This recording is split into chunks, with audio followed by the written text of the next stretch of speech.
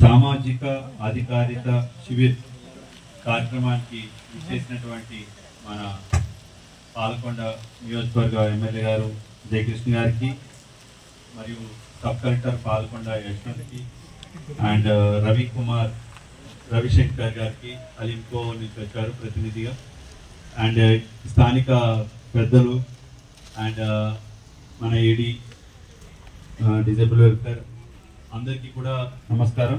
ఇక్కడికి వచ్చినటువంటి దివ్యాంగ సోదరులందరికీ కూడా నమస్కారం అండి. ఈరోజు బామిని మండలంకి నేను మొదటిసారి రావడం. మన జిల్లాకి ఇది ఒక లాస్ట్ ఎడ్జ్లో ఉంటుంది.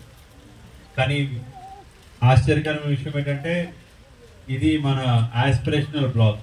అంటే దేశంలో 500 మండలాలు ఆస్పిరేషనల్ బ్లాక్లుగా ఉంటే దాంట్లో మన బామిని మండలాన్ని ఎంపిక చేయడం జరిగింది.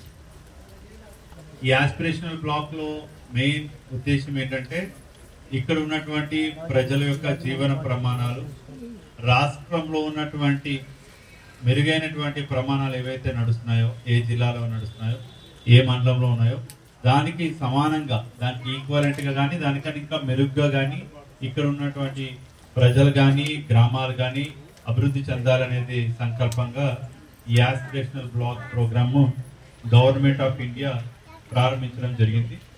సో దాంట్లో బామిని మండలం కూడా ఎంపిక అవ్వడం జరిగింది. సో దీనికి ఒక ఎక్స్ట్రా అడ్వాంటేజ్ ఉన్నాయి. మిగతా అన్ని మండలాల కన్నా ఈ మండలానికి ఒక ప్రత్యేకమైనటువంటి అర్హత ఉంది. అందుకనే లాస్ట్ ఇయర్ ఏవైతే స్క్రీనింగ్ క్యాంప్, అసెస్మెంట్ క్యాంప్ జరిగిందో 500 మందికి, అందులో అర్హత పొందినటువంటి 147 మందికి ఇవాళ 28,47,000 రూపాయలతో చాలా ఇంపార్టెంట్ అయినటువంటి బ్యాటరీ సైకిల్స్ కానీ, ట్రై సైకిల్స్ కానీ, ఆర్టిఫిషియల్ లింబ్స్ కానీ, హీరింగ్ ఇంపైర్డ్ మిషన్స్ కానీ అవన్నీ కూడా ఈరోజు వారికి లబ్ధిదారులకు అందరికీ, మన దివ్యాంగులందరికీ కూడా ఇవ్వడం జరుగుతుంది. సో ఈ కార్యక్రమం చాలా మంచి కార్యక్రమం. I want to extend my heartful thanks to ALIMCO అండి for extending this support, because వాళ్ళు చాలా కష్టపడి చాలా ప్రొఫెషనల్గా ఇవన్నీ కూడా తయారు చేసి మనకి ఇచ్చారు. సో వారికి కృతజ్ఞతలు.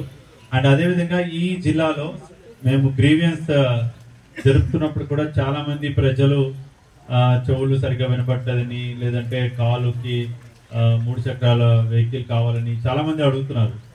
సో ఇలాంటి కార్యక్రమాలు ministry of social justice and empowerment వారి ద్వారా మనం శాంక్షన్ తీసుకొని గవర్నమెంట్ ఆఫ్ ఇండియా నుంచి మరిన్ని క్యాంపులు త్వరలోనే జిల్లాలో ఎక్కువగా పెట్టి, ఎందుకంటే మనం క్యాంపు పెట్టిన తర్వాత కనీసం 6 నుంచి ఒక 12 నెలల వరకు వారు తయారు చేసి ఇవ్వడానికి, డెలివరీ చేయడానికి టైం తీసుకుంటారు. సో ముందు మనం క్యాంప్ అంటూ పెట్టేస్తే ఎంతమందికి కావాలి, అర్హత ఏంటి ఉంది అనేది తెలుసుకొని త్వరగా వాళ్ళకి ఇవ్వడానికి అవకాశం ఉంటుంది. కాబట్టి అది ముందుగా మనం ఆ కార్యక్రమాన్ని త్వరలోనే మేబీ ఎంత వీలైతే అంత త్వరగా గవర్నమెంట్ ఆఫ్ ఇండియాని కన్విన్స్ చేసి అది శాంక్షన్ చేసుకుంటాము. అండ్ మరీ ముఖ్యంగా ఏంటంటే ఇవాళ ఇంకొక ఇంపార్టెంట్ కార్యక్రమం కూడా జరుగుతుంది. అదేంటంటే స్వచ్ఛతా హీ సేవ.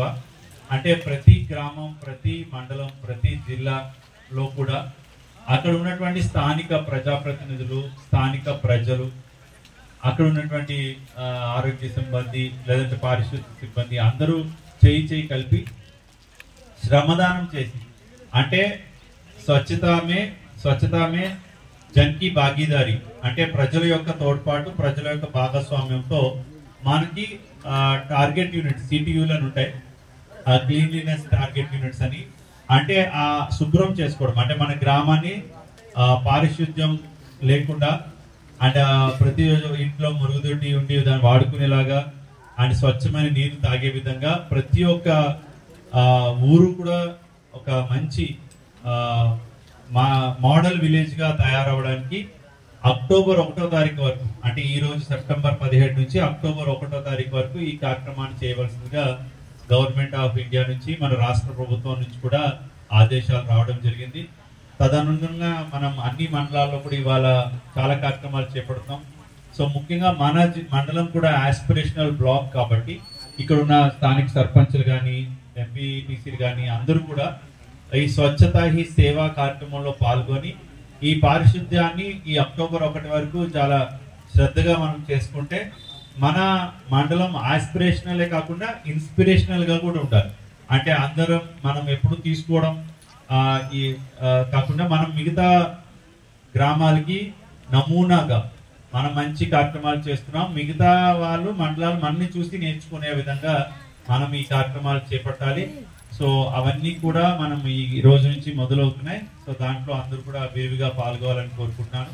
శ్రమదానం ద్వారా మనం చాలా కార్యక్రమాలు అద్భుతాలు కూడా చేయడానికి అవకాశాలు ఉంటాయి. సో అది కూడా మనం ఇక్కడ చేసుకుంటాం. అండ్ ఇంకొకటి ఏంటంటే ఈ ఆస్పిరేషనల్ డిస్ట్రిక్ట్స్ లో మనం ఎంత మంచిగా ఈ ప్రజల భాగస్వామ్యంతో మన ప్రజాప్రతినిధుల భాగస్వామ్యంతో కార్యక్రమాలు బాగా చేస్తాము. గవర్నమెంట్ ఆఫ్ ఇండియా కూడా మనకి అన్ని ఎక్కువ ఇన్సెంటివ్స్ కూడా ఇవ్వడానికి అవకాశం ఉంది.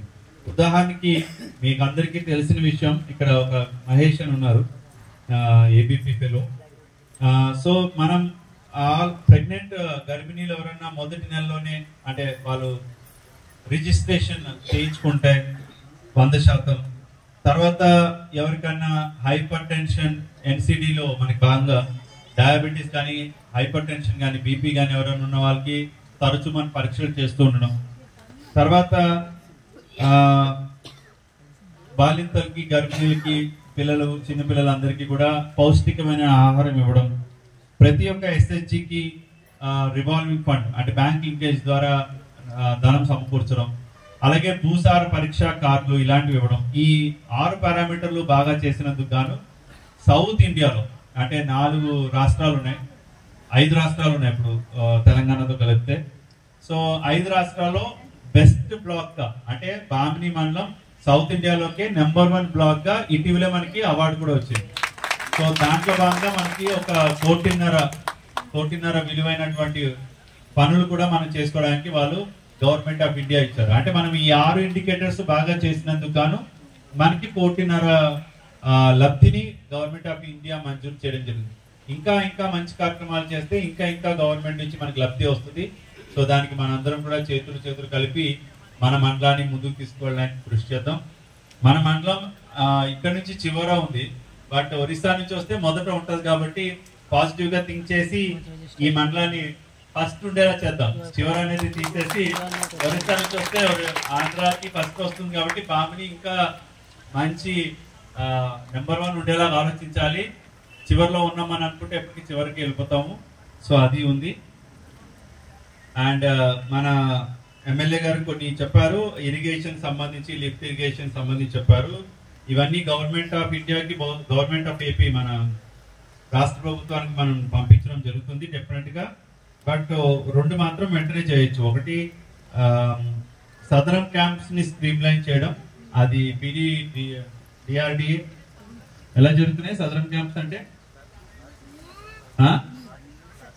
సో సదరం క్యాంపులు ఒక క్రమబద్ధీకరిస్తాం ఖచ్చితంగా. అంటే ఇప్పుడు అంటే అందరూ తెలుసుకోవాల్సిన విషయాలు ఏంటంటే మనకి గ్రామ సచివాలయంలో డిజిటల్ అసిస్టెంట్ ఉంటారు. ఎవరికన్నా ఏదైనా వైకల్యం ఉంది అంటే స్పెషల్ నీడ్స్ ఉన్నాయంటే వాళ్ళు అక్కడికి వెళ్ళి రసీదు సదరంలో స్లాట్ బుక్ చేసుకోవాలి. ఆ స్లాట్ కూడా మనం ఏంటంటే అందరూ పార్వతీపురం సీతంపేట ఎక్కడెక్కడో దూరం వెళ్ళాలి. కొన్నిసార్లు విజయనగరం కూడా పంపిస్తుంటారు, ఎందుకంటే కొన్ని స్పెషాలిటీస్ లేకపోవడం వల్ల. దాన్ని కొంచెం స్ట్రీమ్ లైన్ చేసి మన దగ్గరలో ఉన్న సీతంపేటలోనే ఎక్కువ స్లాట్ దొరికేలాగా కొంత మార్పులు చేస్తాము. అది మొత్తం అంతా కూడా అంటే రాష్ట్ర ప్రభుత్వం ఒక యాప్ ద్వారా నడిపిస్తారు కాబట్టి యాప్ లో మార్పులు చేస్తాం కానీ అది రాదు, లేదంటే కన్ఫ్యూజన్ వస్తుంది. సో ముందు యాప్ లో కొంత మార్పులు చేయాలి. అండ్ సూపర్ స్పెషాలిటీ డాక్టర్లు కూడా ఉండాలి.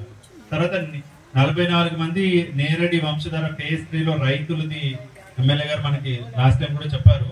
అది కంపన్సేషన్ మాట్లాడమంటే అది మన త్వరలోనే అది ఒకసారి మనం సాల్వ్ చేసుకోవచ్చు. తలసేమియా అది కూడా గవర్నమెంట్ పాలసీ డెసిషన్.